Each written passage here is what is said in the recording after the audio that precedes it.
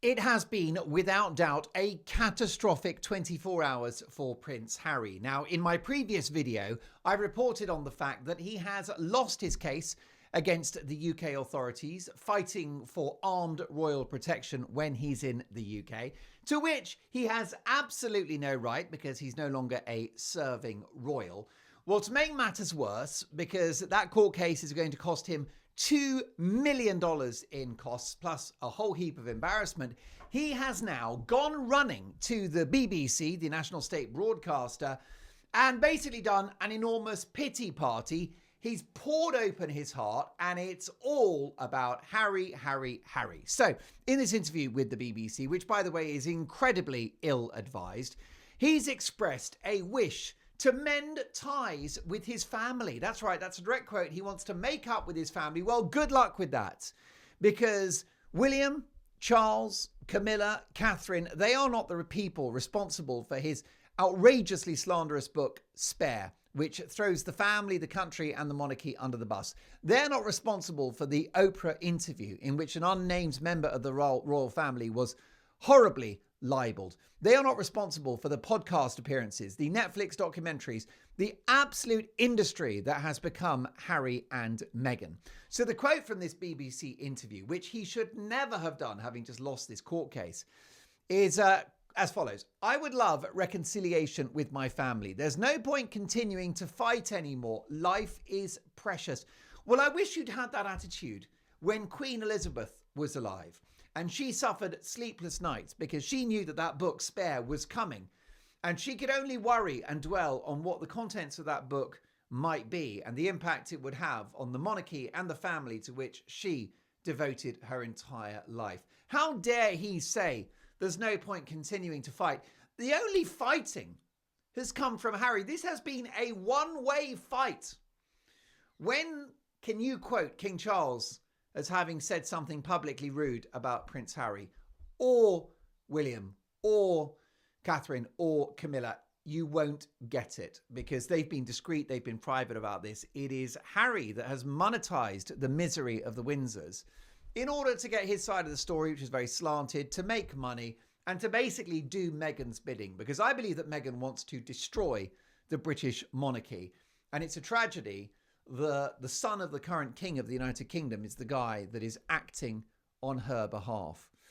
He acknowledged past disagreements, but stated the following. He said, "There have been so many disagreements between myself and some of my family. I have now forgiven them." That's right. Harry has forgiven them.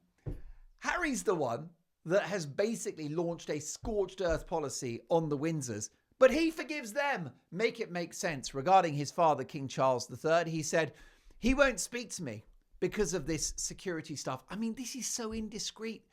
Surely he understands how the royal family works, that you don't talk about court cases and you don't reveal your father's position. In fact, you shouldn't even be telling the world and a news journalist what kind of terms you're on with your own father. That is a private matter. If I was going to talk, I lost my father, sadly. He's greatly missed. But when he was around, you know, the terms on which my relationship with my father, that was a private matter to me. And if I had a trusted friend over a couple of drinks, I'd say, "Oh, here's where I am with my dad at the moment." I wouldn't go on the news and talk about it, which is what Harry has done. He won't speak to me because of the security stuff.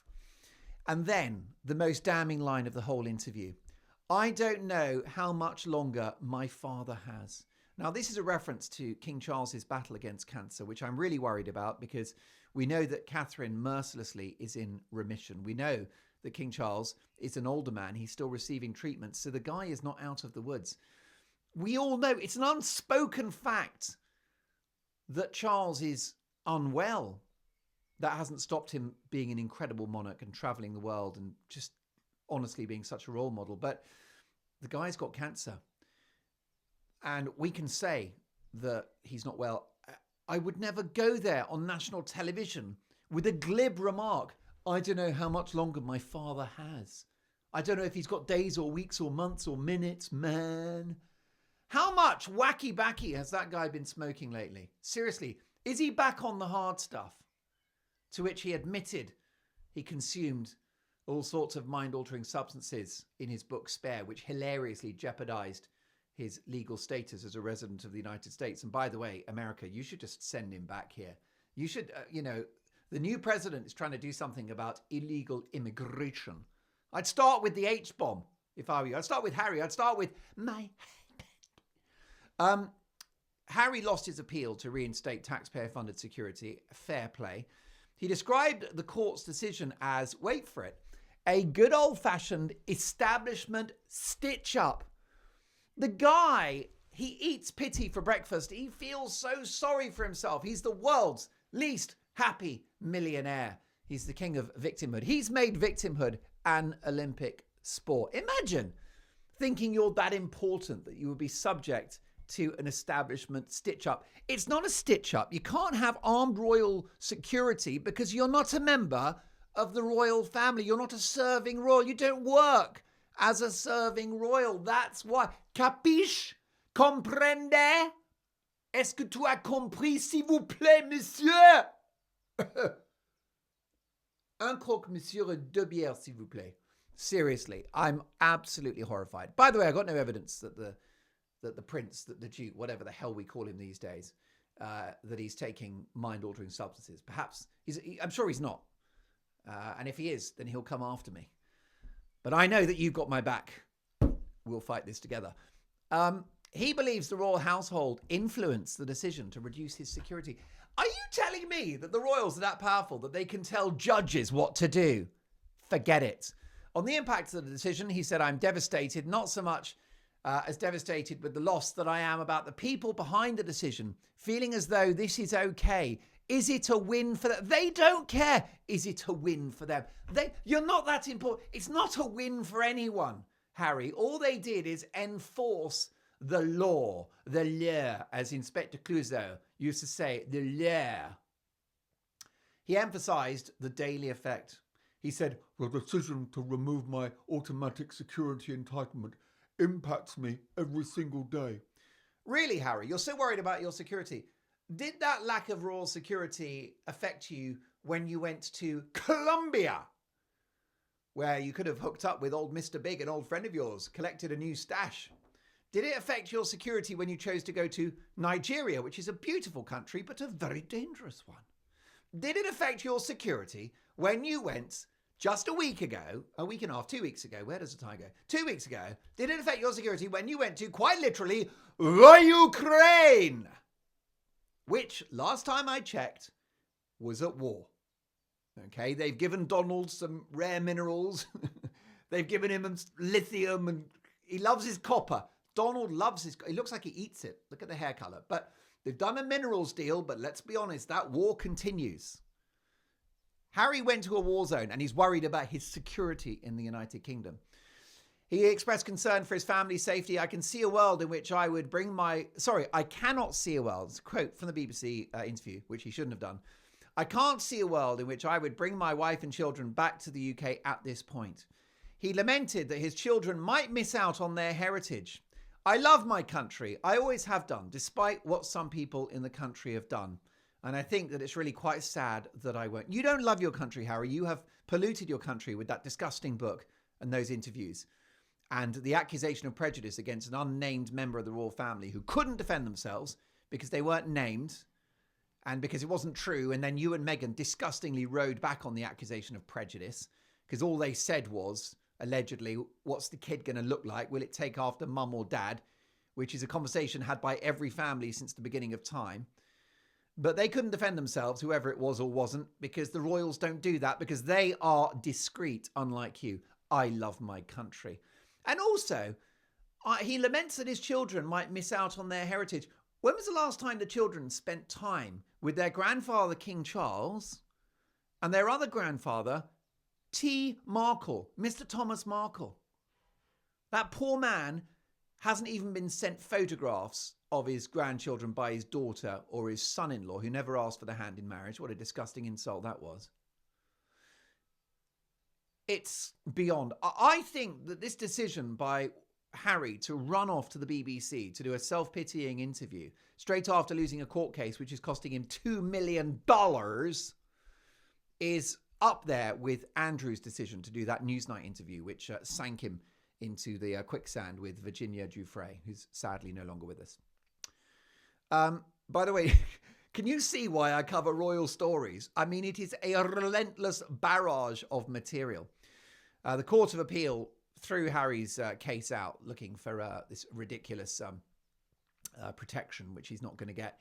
He shared his feelings of being singled out in the interview. He said, I've been treated very, very, very differently to anyone else who exists, past or present. I've been singled out.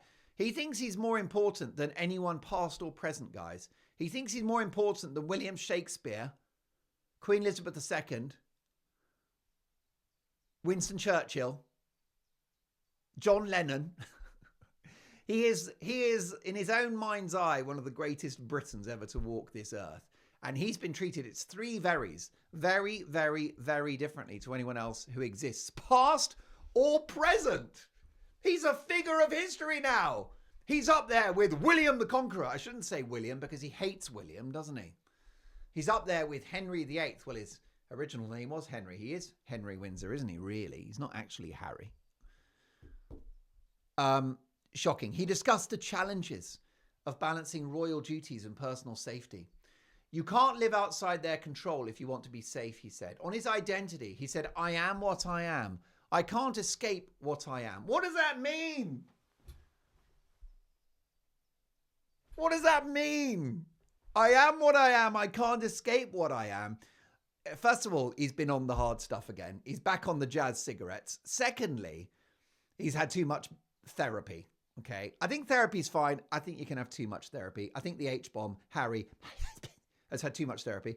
And he's developed Meghan's word salad. I am what I am. I can't escape what I... What is it, by the way? Because I love America, as you know, but there's a lot of word salad at the moment. I am what I am. I can't escape what I am.